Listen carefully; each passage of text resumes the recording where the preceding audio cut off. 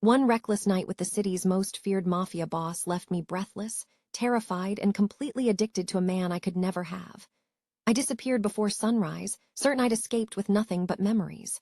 But 5 months later, Dante Russo walks into the bookstore where I'm hiding, and his eyes drop to my swollen belly. The air leaves the room. The secret I've been protecting, the life growing inside me, the truth I thought I'd buried forever, he knows. And what happens next will either destroy everything I've built or give me a love I never dared to dream of. Before we begin, I need your help. We're working toward 5,000 subscribers, and every single one matters. If you enjoy forbidden romance and stories of dangerous men who fall hard, please hit that subscribe button. And I'd love to know where you're listening from. Drop a comment with your city or country. It means the world to know our stories are reaching you wherever you are. Now, let me tell you about the night I made the worst decision of my life, and why I'd make it again in a heartbeat. I never believed in instant attraction until the night I walked into Velvet Shadows. The club pulsed with something dangerous, all crimson lighting and black marble, the kind of place where deals were made in dark corners and secrets were currency. The bass thrummed through the floor and into my bones, and everywhere I looked, beautiful people moved like shadows, their faces half hidden by the dim lighting. I shouldn't have been there. My sister Sophia had dragged me out, literally pulling me from my apartment where I'd been curled up in the same sweatpants I'd worn for 3 days straight. 6 months of crying over a man who'd left me at the altar for my best friend. 6 months of hiding from the world, wondering what was so fundamentally wrong with me that everyone I trusted eventually betrayed me. 6 months of my mother's pitying phone calls and my sister's concerned texts, and my own reflection mocking me every time I passed a mirror. One night, Sophia had said, rifling through my closet for something that wasn't stained with ice cream or tears. One night of not being careful, responsible, boring Clara. One night of remembering that you're 28 years old and gorgeous, and you deserve to have some goddamn fun. Boring Clara. That's what Marcus had called me when he'd explained why he couldn't marry me. We'd been standing in the bridal suite, me in my white dress with the cathedral train I'd saved for 2 years to afford, and him in his tuxedo with his eyes fixed on the floor. You're just so predictable, he'd said, like it was an explanation, like it was a reason. So safe. Jennifer makes me feel alive. You make me feel like I'm already dead. Jennifer, my best friend since college, my maid of honor. The woman who'd helped me pick out that dress and who was apparently sleeping with my fiancé the entire time. He'd left me standing there in that beautiful white dress, and I'd had to walk out and tell 200 guests that the wedding was off. I'd had to see their pity, their whispered speculation, their relief that it wasn't them. So here I was, 5 months later, in a club that screamed danger, wearing a black dress that showed more skin than I'd shown in years, trying to prove to myself that Marcus was wrong, that I wasn't boring, that I was capable of being spontaneous and exciting and alive. I was terrified. The crowd pressed around me, bodies moving to music I didn't recognize, and I felt completely out of place, like a librarian who'd wandered into a vampire's lair. Sophia had disappeared 20 minutes ago with some man who had cheekbones that could cut glass, and I was alone at the bar, nursing a vodka cranberry I didn't really want and wondering how long I had to stay before I could reasonably claim I'd tried. The bartender slid a glass of wine across the counter without me ordering it. Red wine, expensive looking, in a glass that probably cost more than my monthly rent. From the gentleman in the VIP section, he said, nodding toward the elevated area roped off with velvet. His voice was carefully neutral, but something in his eyes looked almost like a warning. I should have left it untouched, should have smiled politely and said no thank you and gone to find Sophia. Should have remembered every lesson my mother had ever taught me about accepting drinks from strangers. But something pulled my gaze upward, toward the shadows where he sat. That's when I saw him. Dante Russo. I didn't know his name then, but I knew what he was. The kind of man who owned rooms without speaking. The kind of man other men feared and women couldn't resist. The kind of man who looked at you and made you feel simultaneously powerful and completely at his mercy. He sat alone in the VIP booth, One arm stretched across the back of the seat, watching me with eyes so dark they seemed to absorb the light around them. The crimson lighting caught the planes of his face, highlighting cheekbones that could have been carved from marble and a jaw that spoke of Italian heritage and stubborn pride. Tall, devastatingly handsome, built like someone who knew violence intimately, but chose elegance instead. His black shirt was unbuttoned just enough to reveal the edge of a tattoo crawling up his chest, dark ink that disappeared beneath the fabric like a secret waiting to be discovered. His hair was dark and slightly long, falling over his forehead in a way that should have looked careless, but instead looked deliberately devastating. He raised his own glass to me, not a smile, something more dangerous, an invitation and a challenge wrapped together in a single gesture. My heart slammed against my ribs, so hard I thought he might hear it from across the room. Every instinct screamed at me to look away. This was exactly the kind of man my mother had warned me about. The kind of man who took what he wanted and left destruction behind. The kind of man who would chew up a boring, predictable woman like Clara Bennett and spit her out without a second thought. I picked up the wine and walked toward him anyway. His eyes tracked my every step, and I felt them like physical touch, sliding over my bare shoulders, down the curve of my waist, lingering on my hips before traveling back up to my face.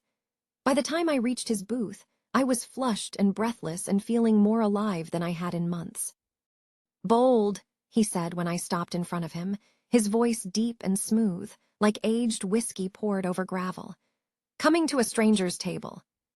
"You sent me a drink," I replied, surprising myself with how steady my voice sounded. Inside, I was trembling, but something about his intensity made me want to match it. "Seemed rude not to thank you in person." Polite and bold. His lips curved slightly, not quite a smile, but something close, something that made heat pool in my belly. "Sit." It wasn't a question. It wasn't even really a request. It was a command, issued with the casual confidence of a man who was used to being obeyed.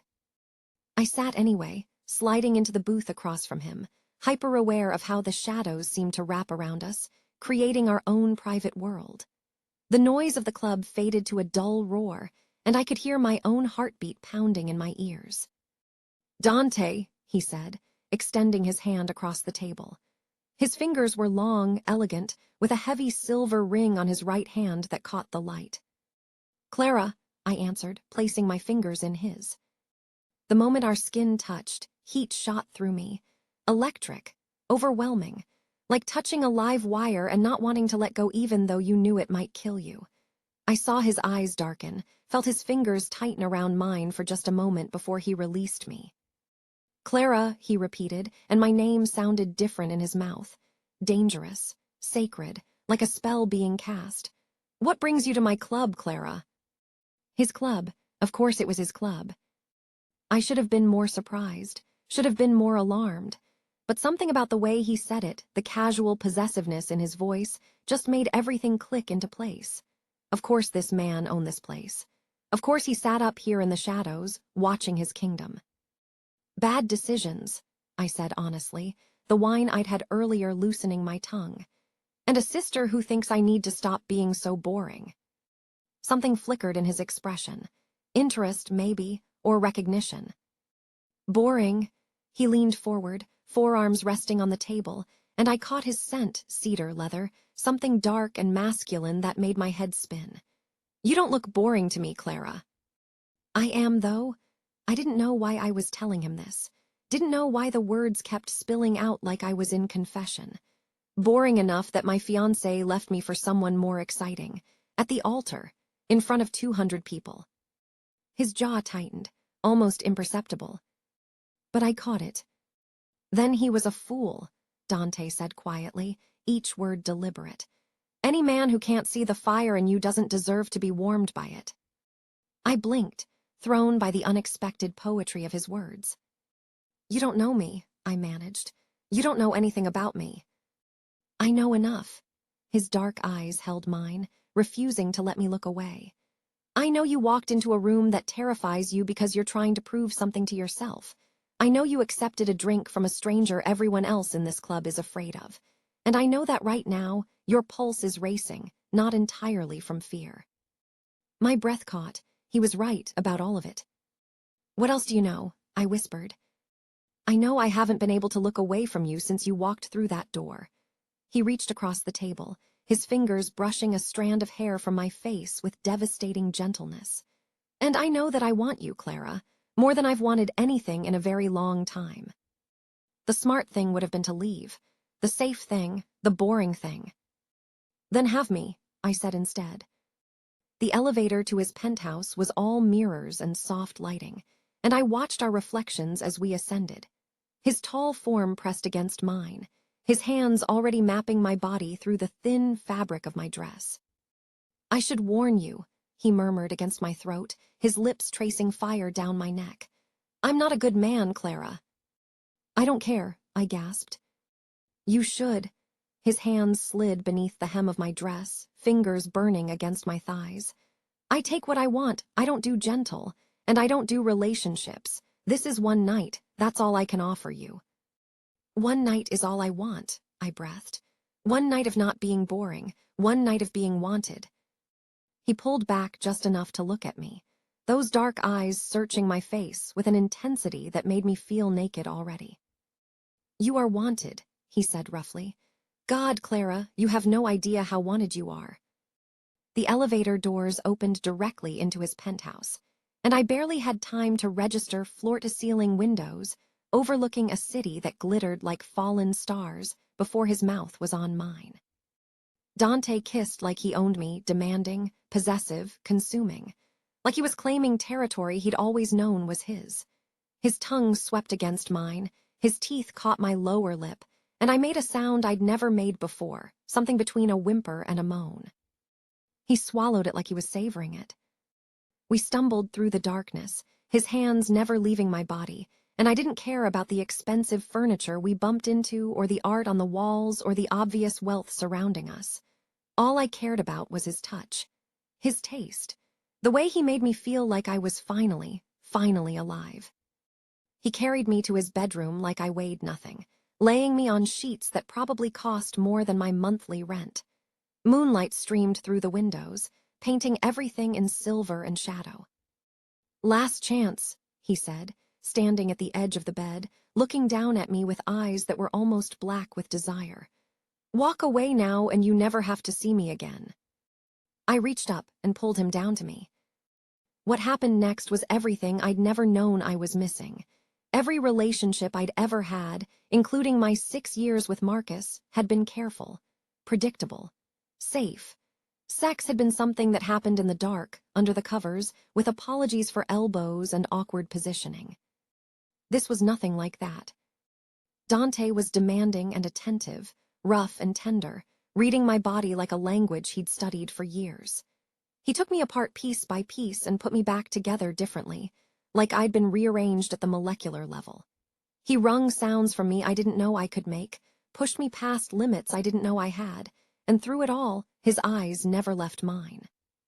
"You're mine," he growled against my ear as pleasure crashed through me in waves. "For tonight, Clara, you're completely mine." "Yes," I breathed. "Yes." We made love 3 times that night, if what we did could be called making love. It was more like warfare, like 2 people trying to consume each other, like we were both starving and the other person was the only food in the world. Between rounds, he ordered food from somewhere. I never knew where, and we ate pasta in his massive bed, tangled in sheets that smelled like sex and cedar and something uniquely him. "Tell me about yourself," he said, twirling spaghetti with the casual elegance of someone who'd grown up in an Italian household. "There's not much to tell," I shrugged, suddenly self-conscious. "I'm an editor at a small publishing house. I have a sister named Sophia. I was supposed to get married 6 months ago and I didn't. That's pretty much my whole story." "I doubt that." His eyes were warm in the dim light. "No one is just there. Resume, Clara. Tell me something real." So I did.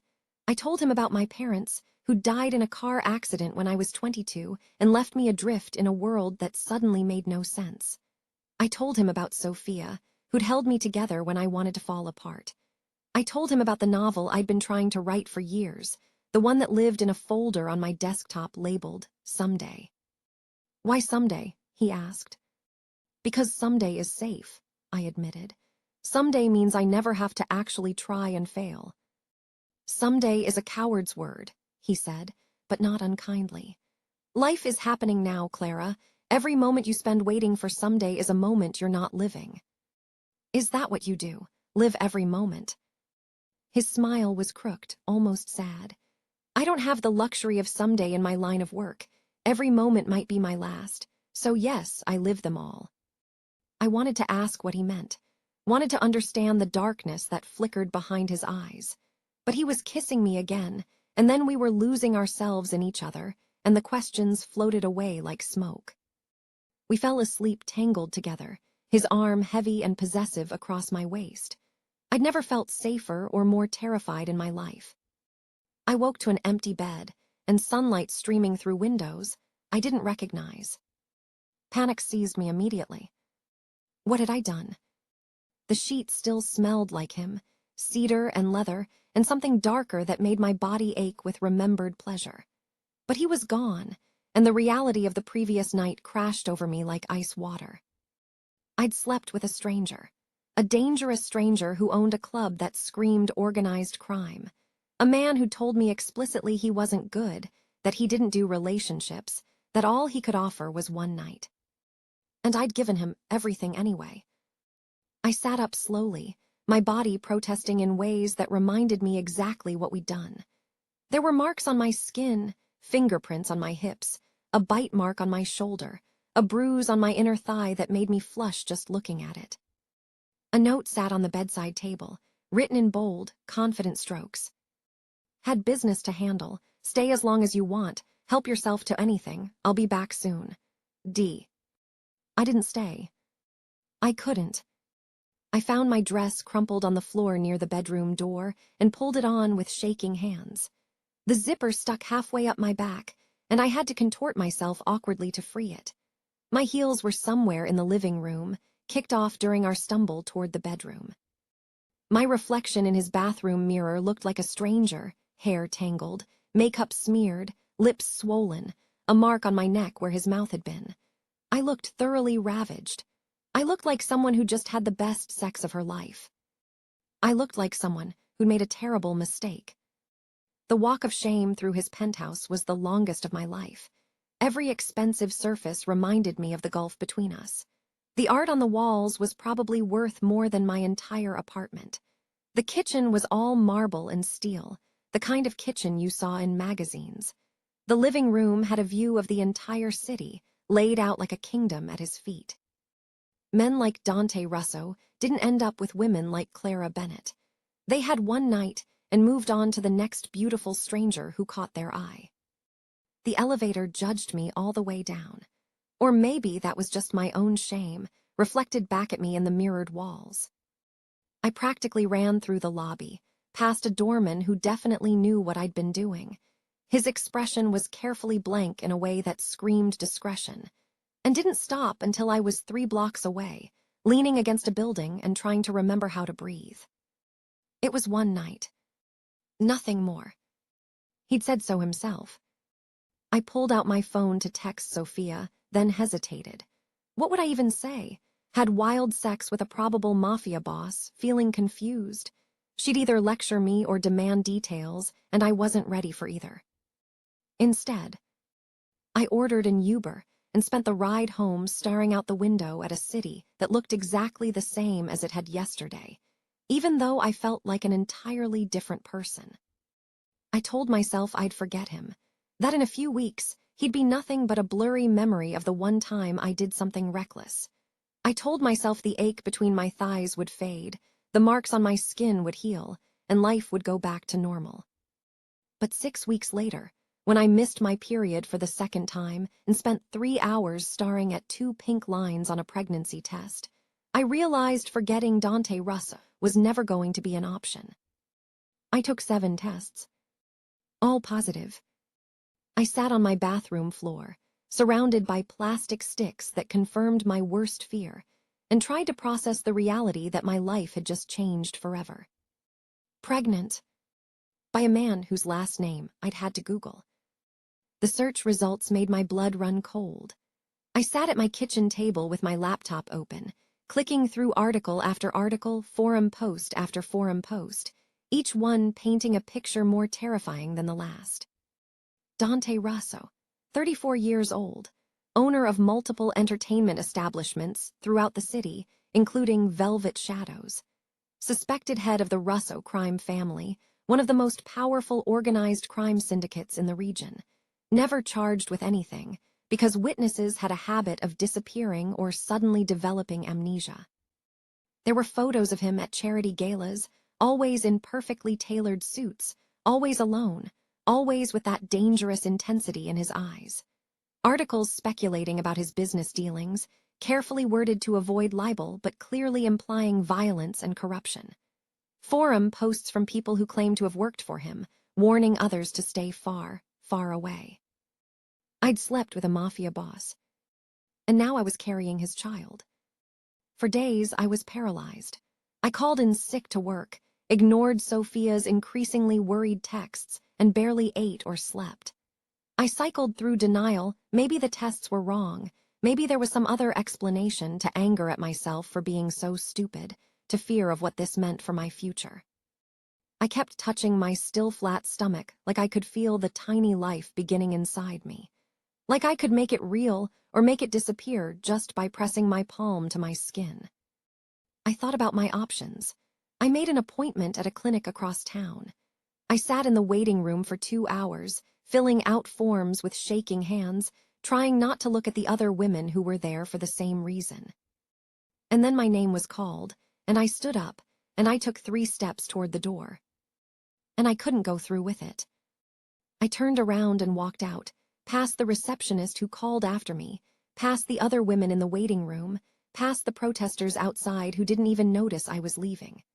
I walked for blocks without knowing where I was going, tears streaming down my face, until I finally collapsed on a park bench and let myself fall apart. Because no matter how terrifying this was, no matter how impossible the situation, I couldn't end this pregnancy. This baby, this unexpected, inconvenient, life-altering baby, was mine. Maybe the only thing in my life that was truly mine.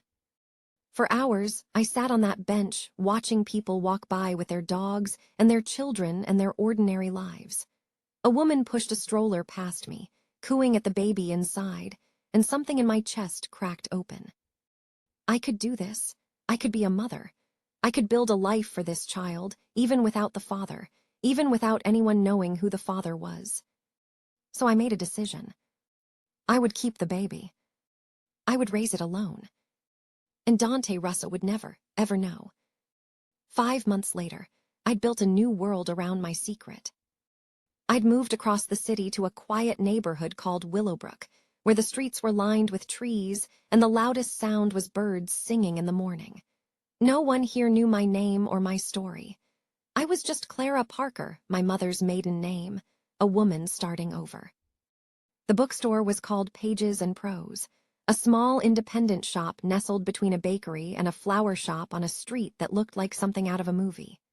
The window displays changed with the seasons, the shelves were stuffed with treasures, and the whole place smelled like old paper and cinnamon and comfort. Alina Montgomery owned it. She was 73 years old, with silver hair she wore in an elegant bun and reading glasses perpetually perched on her nose. She'd been running Pages and Prose for 40 years, since before the neighborhood was trendy, and she had opinions about everything from politics to pastries. She'd also taken one look at me during my interview, wearing a loose sweater that didn't quite hide my growing belly, and asked exactly one question. Can you alphabetize and recommend good books? Yes. You're hired, start Monday. It wasn't until my 3rd week that she mentioned the pregnancy. I was shelving returns in the back room when a wave of nausea hit me so hard I had to sit down, head between my knees, breathing through my mouth. Alina appeared with a cup of ginger tea and a knowing smile. When are you due, dear? I froze, caught. Don't worry, she continued, patting my hand like I was a frightened animal. I raised 4 children and buried 2 husbands. I know the look. And I don't care about whatever brought you here or who the father is or why you're using a different name than the one on your driver's license." I stared at her, shocked.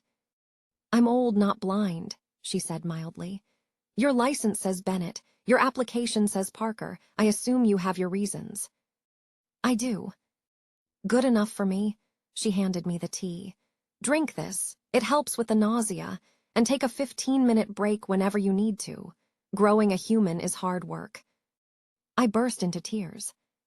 Alina held me while I sobbed, patting my back and murmuring comfort, and when I finally pulled myself together, she simply handed me a tissue and told me to take the rest of the day off. "Same time tomorrow," she said as I gathered my things.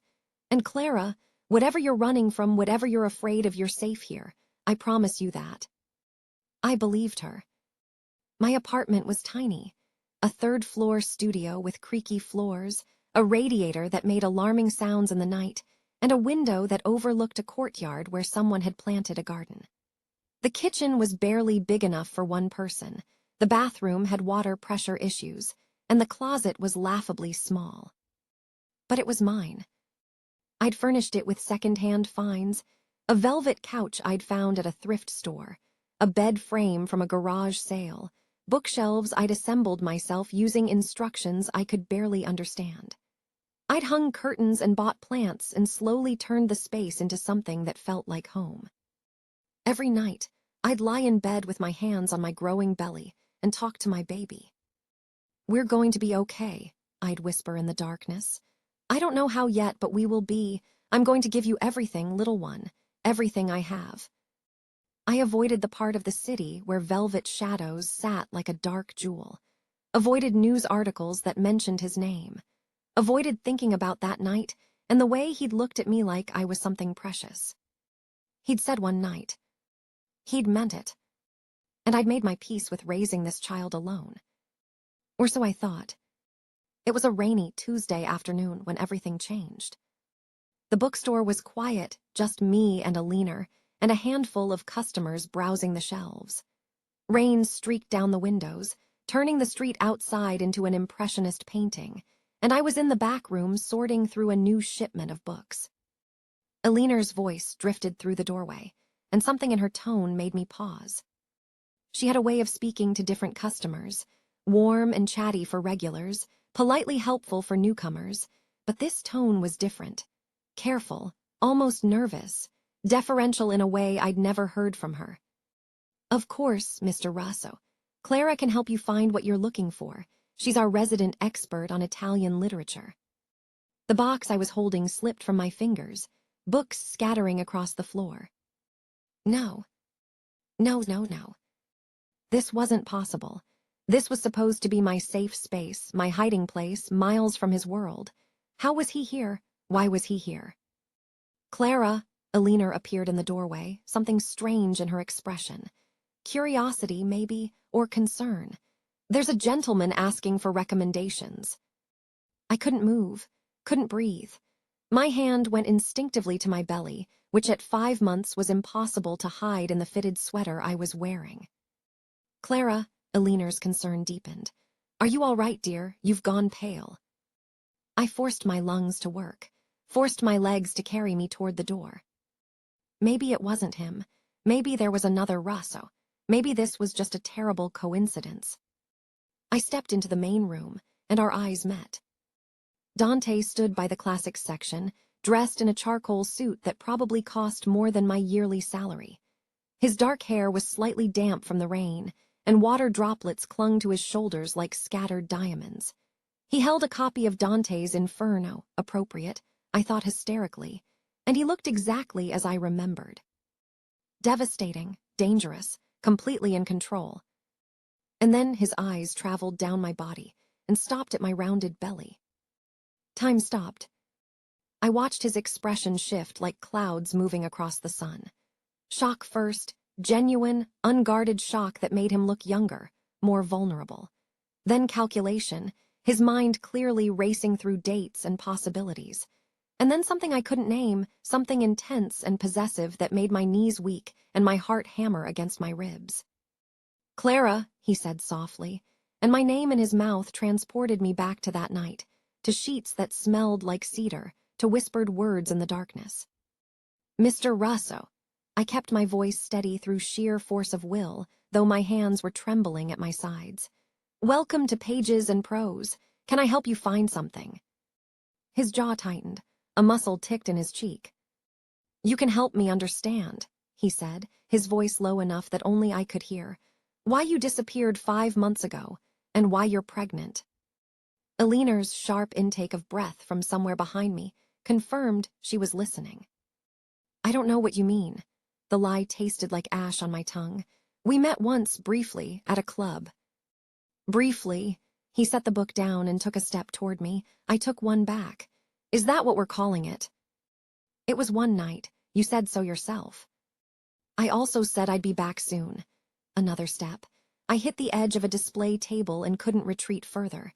But when I returned, you were gone. No note, no number, nothing. I didn't think you'd care.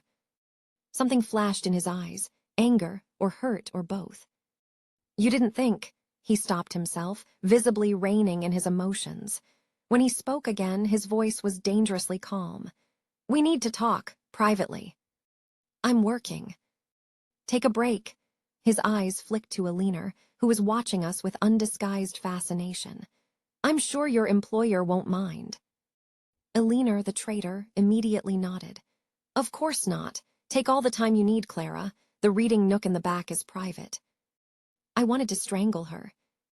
Instead, I led Dante through the stacks to the small reading area Eleanor kept for customers who wanted to browse in peace. 2 worn velvet armchairs faced each other across a small table, and rain continued to stream down the window beside us. We sat, the silence stretched between us like a living thing. Finally, Dante leaned forward, his elbows on his knees, his dark eyes fixed on my face. Is it mine? The question hung in the air. I should have lied, should have said no, said it was someone else's, said anything to make him leave. But I was so tired of lying, so tired of carrying this secret alone. And something about the way he was looking at me, intense and desperate and almost vulnerable, made the truth spill out before I could stop it. Yes. He closed his eyes, just for a moment. When he opened them again, they were bright with something that looked almost like tears. How far along? 5 months. And you weren't going to tell me. It wasn't a question. The rain continued its steady assault on the windows as we sat across from each other, the weight of my confession filling the small space between us. You knew, Dante said finally. You knew who I was. I figured it out after. I clasped my hands in my lap to stop them from shaking. I Googled you, read the articles, the rumors. The rumors. His laugh was humorless. And what did the rumors tell you? That you're dangerous. That people who cross you disappear. That you're the head of a crime family that controls half the city. And you believed all of it. Should I not have? He was quiet for a long moment, his jaw working. Some of it is true, he admitted finally. I am dangerous. My family's business is not entirely legal. And yes, people who cross me face consequences. My heart sank. But I have never hurt an innocent person, he continued, his eyes holding mine. I have never harmed someone who didn't deserve it, and I would never, ever hurt the mother of my child. That's exactly why I didn't tell you, I said, the words tumbling out. Your world, Dante, the violence, the danger, the illegal everything, that's not a world I can raise a child in. I won't expose my baby to that life. Our baby, his voice sharpened. That's our baby, Clara, mine as much as yours, and you were going to hide that from me forever. I was going to protect my child. From me. From your world. He stood abruptly, packing the small space like a caged animal. I could see the war happening inside him, anger battling with something softer, darker, more complicated. I have spent 5 months looking for you, he said finally, his back to me. 5 months of dead ends and cold trails and lying awake at night remembering the way you felt in my arms. 5 months of sending my men to every corner of this city, following every lead, questioning everyone who might have known where you went. I stared at his back, stunned. Why? I whispered. He turned to face me, and the rawness in his expression took my breath away. Because you were the first person in longer than I can remember who made me feel something real. Because you walked into my club with your broken heart and your fierce spirit, and you saw me, not the name, not the reputation, but me. And when I woke up that morning and you were gone, I felt like I'd lost something I didn't even know I needed. You said one night, I reminded him weakly. You said you don't do relationships. I know what I said. He moved toward me, dropping to his knees in front of my chair so we were eye level.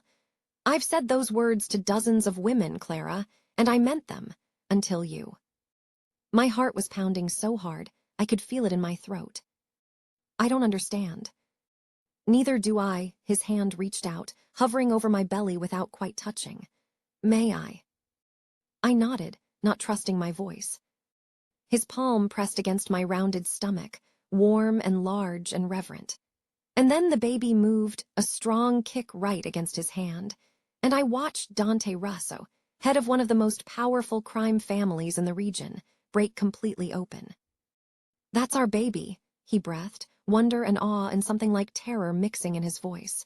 That's really our baby. Yes. A boy or a girl? I don't know yet. The ultrasound is next week. I want to be there. His eyes met mine. I want to be there for all of it, Clara. Every appointment, every milestone, every moment. Dante. I know you're scared, he interrupted gently. I know my world is dangerous, but I swear to you, on my mother's life, on the soul of my father, I will never let any harm come to you or our child. You will be protected by every resource I have. Every man in my organization will lay down his life for you if necessary. That's exactly what scares me, I said quietly. The fact that laying down lives is even a possibility. Then let me change things. His hand found mine, his fingers intertwining with mine. I've been looking for a reason to get out, Clara, to go legitimate. My father built this empire on blood and fear, but I don't have to maintain it the same way. Let me do this. Let me build something better, something worthy of our child. You can't just change overnight. No, but I can start today. His eyes were fierce. Give me a chance. That's all I'm asking. One chance to prove that I can be the man you need, the man our child needs. I looked at him, this dangerous, powerful man on his knees before me, begging for a chance to be a father, and felt something crack inside my chest. Dinner, I said finally. We can start with dinner. His smile was like the sun breaking through clouds. Dinner became lunches, became breakfasts, became Dante showing up at the bookstore every single day with ginger tea, and whatever food I was craving that week. Pickles and ice cream, Elena asked one morning, watching Dante unpack a bag that contained exactly that combination. Really? The baby wants what the baby wants, I said defensively.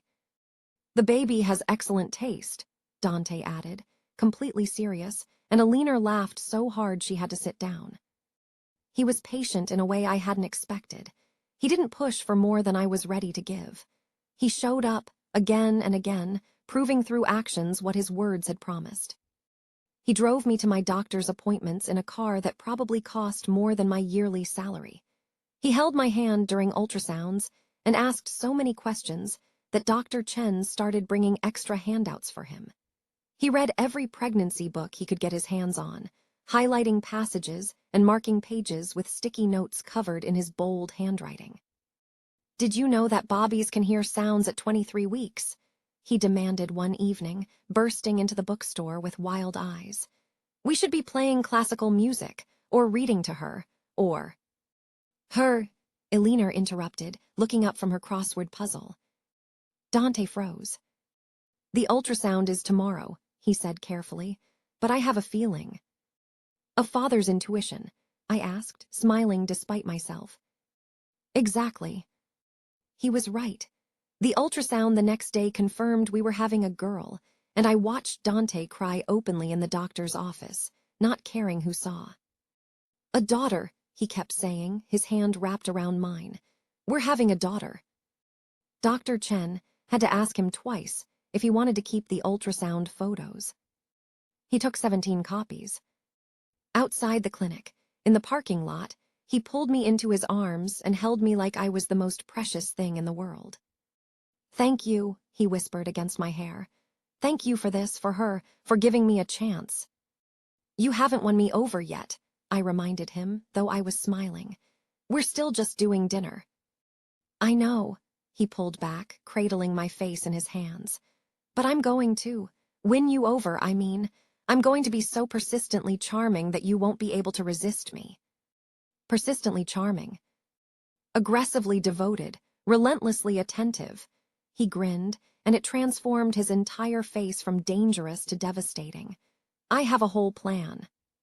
Should I be worried? Only about falling completely in love with me. I already was, but I wasn't ready to admit it yet. I moved into his penthouse 3 weeks later. It wasn't my idea.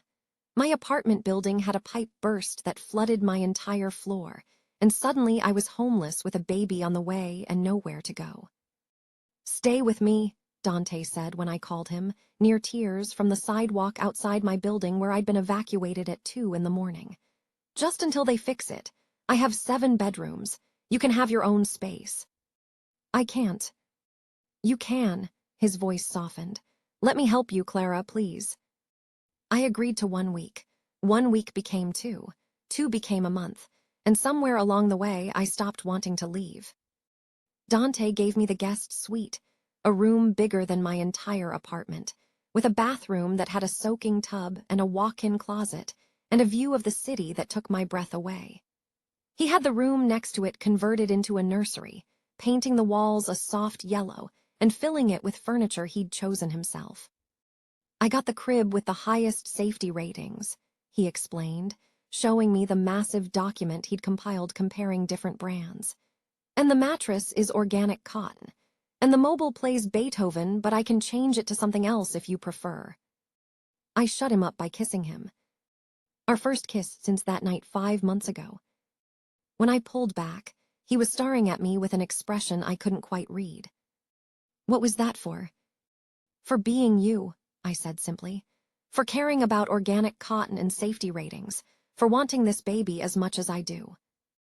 "I want you too," he said quietly. "Not just the baby, you, Clara. I want you more than I've ever wanted anything." "I know." And I took a deep breath. "And I want you too. I've been trying not to. Trying to be smart and careful and protect myself. But I'm tired of being smart, Dante. I'm tired of protecting myself from something that might actually be wonderful." His smile was like sunrise. "Does this mean I can kiss you again?" "It means you better."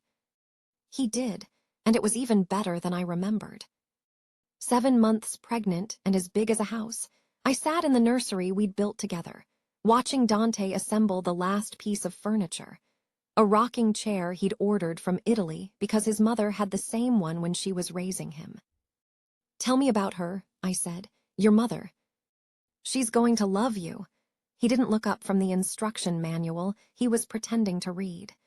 "She's been calling every day since I told her about the baby.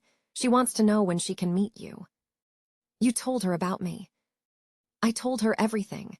He set down the screwdriver and crossed to where I sat, kneeling in front of me.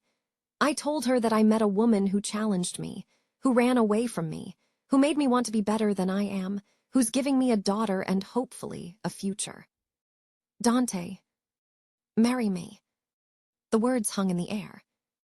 "What?" "Marry me, Clara." He pulled a small velvet box from his pocket. I had no idea when he'd put it there, and opened it to reveal a ring that sparkled like starlight. "Not because of the baby, though I want her to have my name. Not because it makes sense, though it does, but because I love you." My breath caught. "I love you," he repeated, his dark eyes holding mine. "I love the way you scrunch your nose when you're thinking. I love how you cry at sad book endings and argue with me about which pizza toppings are acceptable. I love your strength and your stubbornness and the way you've given me a reason to want to be better." Tears were streaming down my face. "I love you too," I whispered. "I've been trying not to, trying to be careful, but I love you, Dante Russo. I love you so much it terrifies me." "Is that a yes?" I laughed through my tears. "Yes, God, yes. 1,000 times yes." He slid the ring onto my finger with trembling hands, then pulled me into a kiss that was gentle and fierce and full of promise. "We're getting married," he breathed against my lips. "We're getting married," I agreed. "And we're having a baby. We're having a baby. And I'm going to spend the rest of my life making sure you never regret giving me a chance." "That's a lot of pressure." "I'm up for it," he grinned, and I fell in love with him all over again. "I'm up for anything as long as it's with you." Isabella Maria Russo came into the world on a Tuesday morning, after 22 hours of labor that had Dante alternating between holding my hand and threatening to buy the entire hospital. "You can't fire doctors," I panted between contractions. "I can if they're not doing their jobs." "They are doing their jobs. This is just how labor works." "It's been 20 hours. Something must be wrong." "Nothing is wrong. Our daughter is just stubborn." I squeezed his hand hard enough to make him wince. "She gets it from you." When she finally arrived, screaming her displeasure at the cold, bright world, I watched Dante fall apart completely. The most dangerous man I'd ever met, reduced to tears by a 7-pound baby with dark hair and my eyes. "She's perfect," he whispered as the nurse placed her on my chest. "Clara, she's perfect." She was perfect and tiny in hours. "Hello, sweet girl," I murmured, tears streaming down my face. "We've been waiting so long to meet you." Isabella blinked up at me with dark eyes that were already so much like her father's, and something in my chest cracked wide open. Love like I'd never known flooded through me, overwhelming, all-consuming, infinite. Dante reached out, his finger touching her tiny hand. Isabella wrapped her entire fist around it immediately, and I watched something fundamental shift in his expression, something permanent. "I will never let anything hurt you," he promised her. "Either of you, you're my whole world now, my entire reason for breathing." "We love you too," I said, pulling him down for a kiss. "Both of us so much." We got married 3 months later, in a garden ceremony that included his entire enormous Italian family and my sister Sophia, who served as maid of honor and cried the entire time. I wore a simple white dress. He wore a suit that probably cost more than my old car. Isabella wore a tiny white dress with a bow that she immediately tried to eat. It was perfect. 6 months later, I stood in the kitchen of our new house, a sprawling estate outside the city, far from the world Dante was slowly, carefully leaving behind, and watched my husband dance with our daughter. He was humming something in Italian, some lullaby his mother had taught him. Isabella's head rested on his shoulder, her eyes fluttering closed, her tiny fist clutching his collar. She was asleep within minutes, but Dante kept dancing, swaying gently in the soft evening light. The most feared man in the city, undone by a baby in a pink onesie. He caught me watching and smiled. "She's out," he whispered. "She's been out for 5 minutes. You're just enjoying the cuddles." "Guilty." He pressed a kiss to Isabella's dark hair. "She'll only be this small once. I'm not missing a moment." He laid her gently in the nursery we'd designed together. Soft yellow walls, the Italian rocking chair, shelves full of books we read to her every night, and then joined me in the kitchen, pulling me into his arms. "What are you thinking about?" he asked. "How different my life is than I thought it would be." "Good different." I turned to face him. This man who'd terrified me, pursued me, changed his entire life for me. "The best different," I said. "A year ago, I was crying over a man who called me boring. I was hiding in my apartment, convinced I would never be happy again. And now I have you, and Isabella, and a life I never could have imagined." He kissed me softly, tenderly, like I was something precious. "You're not boring, Clara Russo," he murmured against my lips. "You're the most extraordinary woman I've ever known, and I'm going to spend the rest of my life proving you deserve everything." "You already have." "Then I'll keep proving it, every day, forever." I smiled up at him, this dangerous, beautiful, devoted man who changed everything. Forever sounds perfect. So that's my story. The forbidden night that changed everything. the secret I tried to hide, the dangerous man who refused to let me go. Looking back now, I can't believe I almost kept Isabella a secret from Dante. Can't believe I almost let fear steal our chance at this beautiful life we've built together. Can't believe I almost missed out on the greatest love I've ever known because I was too scared to take a risk. But I want to hear from you. Do you think I was right to run at first, or should I have stayed that morning? If you discovered you were pregnant by a dangerous man you barely knew, what would you have done? Do you believe Dante truly changed, or do you think people like him can never fully escape their past? Would you have trusted him the way I eventually did? Here's what I've learned. Sometimes the safest choice isn't the right one. Sometimes the most dangerous path leads exactly where you're meant to be. Sometimes the person who terrifies you most becomes the one who makes you feel safest. I took the risk. I let down my walls. And now I have a husband who loves me fiercely, a daughter who is my whole world, and a life I never could have imagined that night in velvet shadows. Have you ever taken a risk on love? Have you ever let someone in when everything told you to run? Tell me your stories. I'd love to hear them. Until next time, this is Clara Russo, reminding you that sometimes the most forbidden choice becomes the most beautiful gift.